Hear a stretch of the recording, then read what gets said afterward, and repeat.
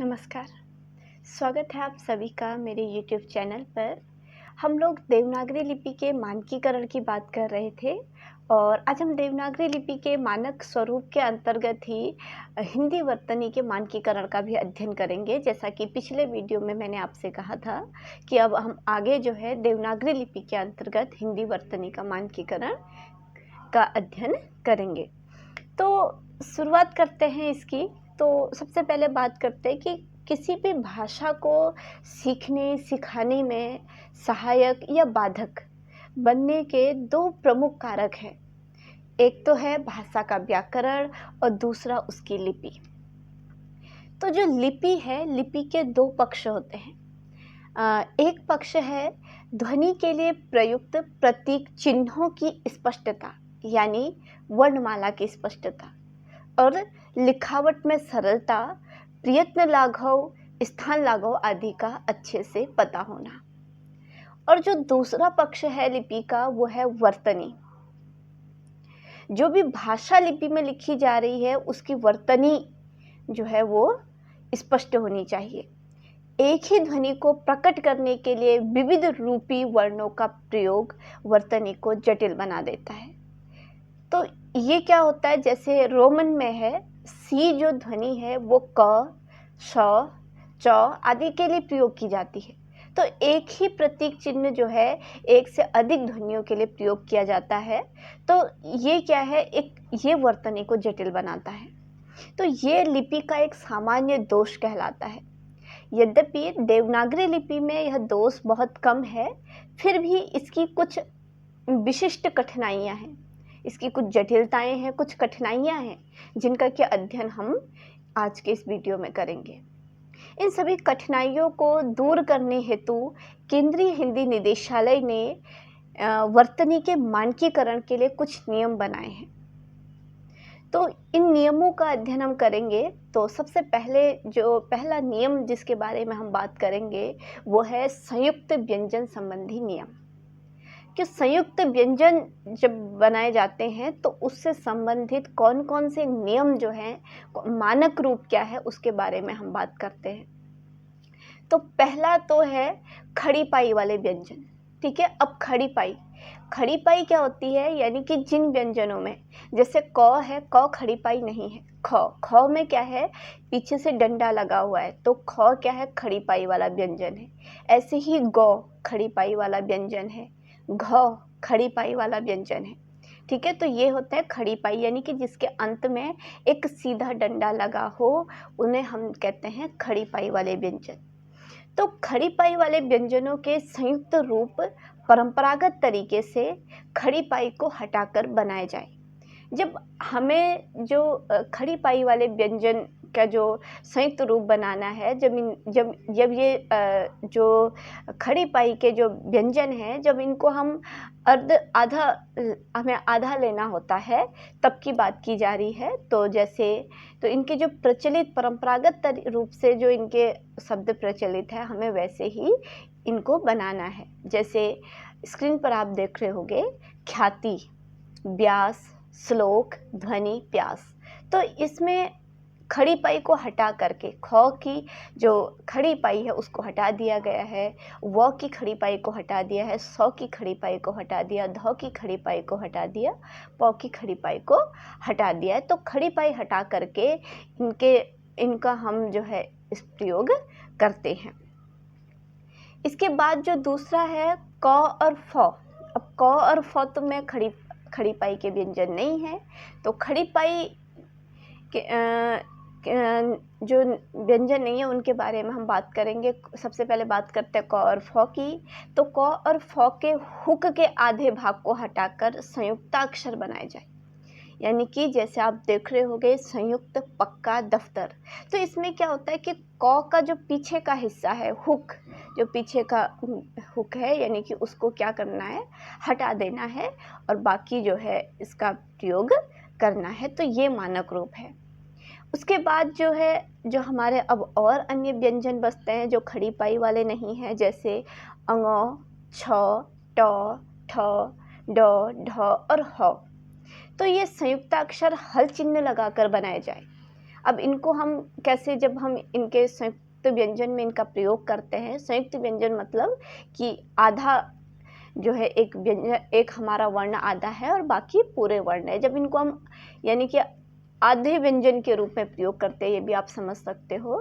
तो ये क्या, तब इसका नियम क्या है, जैसे आप देख रहे हो वाड्मय, उच्छ्वास, लट्टू, चिन्ह, ब्रह्मा। ठीक है, तो इसमें क्या है, इनको हमें हल चिन्ह लगा करके आधा करना है। इनमें जब भी हम इनको आधा करेंगे तो हम इनको हल चिन्ह से आधा करेंगे। उसके बाद जो नियम है द को लेकर के, तो द के साथ जब य और व आने पर हलंत के स्थान पर संयुक्त व्यंजन बनाने की परंपरागत रूप को प्राथमिकता दी जाए। तो द संबंधी जो नियम है, द में भी द को भी हम हलंत लगा करके लिखते हैं कई जगह पर, लेकिन जो है जब इसमें य और व आता है तो तब जो है जैसे विद्या, विद्यालय, द्विवेदी, द्वितीय। ठीक है, तो य और व के साथ जो है इनका जो प्रचलित रूप जो है चल रहा है, वही जो है इसी को प्राथमिकता हमें देनी है। प्राथमिकता का मतलब यही है कि दोनों ही उचित हैं, लेकिन आप अगर आप नियम से स्पष्ट हो तो आप इस रूप को आप प्राथमिकता देंगे। उसके बाद रॉ संबंधी जो नियम है, तो संयुक्त रॉ के प्रचलित तीनों रूप यथावत रहेंगे, जैसे कि आप देख रहे हो प्रकार, धर्म, राष्ट्र। तो रॉ के 3 रूप हैं, एक तो शब्द के नीचे लगा हुआ होता है, एक मौ के ऊपर लगा हुआ है और एक राष्ट्र में एक इसका चिन्ह लगा हुआ है। तो ये तीनों रूप जो हैं ऐसे ही प्रचलित रहेंगे। इसके अलावा जो रॉ के जो संयुक्ताक्षर बनेंगे, जैसे स्क्रीन पर आप देख रहे हो क्र, प्र, ब्र, स्र, ह्र, तो ये इस प्रकार से बनेंगे। तो इसका ये इसी प्रकार से जो है लिखे जाएंगे, यही इसका मानक स्वरूप होगा। उसके बाद जो श और र से बना हुआ जो हमारा संयुक्त व्यंजन है, यानी कि श्र, तो श्र के संयोग से बना है, यानी कि श्र जो है वो श के और र के संयोग से बना है। इसका प्रचलित रूप जो है श्र ही प्रचलित होगा, हम इसको श्र ही लिखेंगे, इसी रूप में इसको लिखेंगे। उसके बाद त और र का जो संयुक्त रूप है त्र ही होगा, तो यही मानक है कि त्र जो है एक मानक रूप है। तो हल चिन्ह से युक्त वर्ण बनाने वाले संयुक्ताक्षर के साथ आने वाले ह्रस्व ई की मात्रा को शब्द युग्म से पूर्व लगाते हुए व्यंजन तक ले जाए। जैसे अब नियम क्या है कि हल चिन्ह से युक्त जो भी हम वर्ण लिख रहे हैं, अभी हमने बात की थी, तो जो भी हल चिन्ह लगा करके जिन वर्णों को लिखा जा रहा है, जब उसका हम संयुक्ताक्षर बना रहे हैं और फिर उसके साथ क्या है छोटी ई की मात्रा, यानी कि ह्रस्व ई जो है आ रहा है, तो ऐसे शब्दों को लिखते समय हमें एक बात का ध्यान रखना है, वो ये कि जो ई की मात्रा है वो हमें जो जिस शब्द में हमने हलंत लगाया वहाँ से शुरू करके जो हमारा पूर्ण वर्ण है वहाँ तक ले जानी है। जैसे कि स्क्रीन पर आप देखो कुट्टिम, चिट्ठियाँ, बुद्धिमान, चिन्हित। तो इसमें क्या है कि जो ट के आगे जो है छोटी की मात्रा है और ये क्या है ट के ऊपर तक है, यानी कि पूर्ण ट के ऊपर तक है। तो इस तरीके से इसका ये मानक रूप है, इसमें अक्सर हम लोग गलतियाँ कर देते हैं, तो इसको आपने ध्यान में रखना है। और एक और नियम है वो है अर्ध तौ के साथ, यानी कि जब एक साथ 2 तौ आने के स्थान पर लाघव को देखते हुए हमें ध्यान किसका देना, लाघव का, कि कितना लाघव हो रहा है, कितना जल्दी जो है वो तौ बोला जा रहा है, तो उसके परंपरागत रीति से संयुक्त रूप बनाया जाए। ठीक है, जैसे महत्व, तत्व, तो इसमें तौ का केवल ऊपर का नोक, एक तौ जो है उसमें केवल तौ का पीछे का जो है डंडा हमें दिखाई देता है।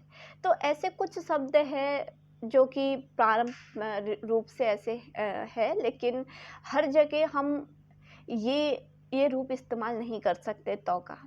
इसके लिए हमें ज़रूरी है कि हमें स्थान लाघव का हम देखना होगा, हमें स्थान लाघव का ज्ञान होगा, तभी हम इसे अच्छे से कर सकते हैं।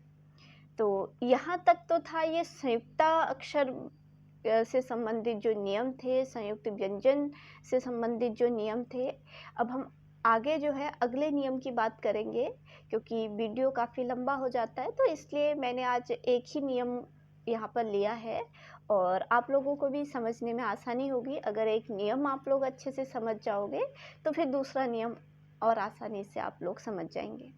हालांकि आज के जो भी हमारा अध्ययन था, ये थोड़ा सा बेसिक था, थोड़ा सभी को, आप लोगों में से ज़्यादातर लोगों को ये सब चीज़ें पता होंगी, कुछ एक आध दो होंगे जो आपको नहीं पता होगा। लेकिन जब हम देवनागरी लिपि का मानकीकरण कर रहे हैं, तो फिर हमें उसमें जो है हर एक छोटे बड़े तथ्यों को हमें उसमें देखना पड़ेगा। तो इसी के साथ आज का वीडियो समाप्त होता है। वीडियो देखने के लिए आप सभी का बहुत बहुत धन्यवाद।